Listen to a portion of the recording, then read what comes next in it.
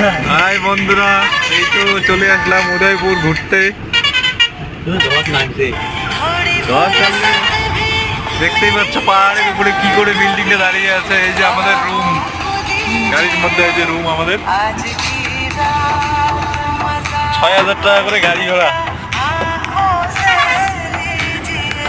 এই যে দেখতেই পাচ্ছ সকাল সকালের ওয়েদারটা এত ঠান্ডা। পাহাড়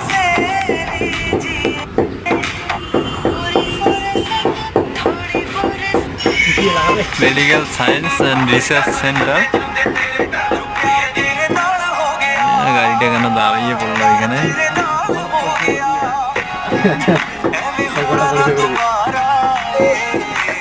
একটা ভাই যাচ্ছে আমার সাথে।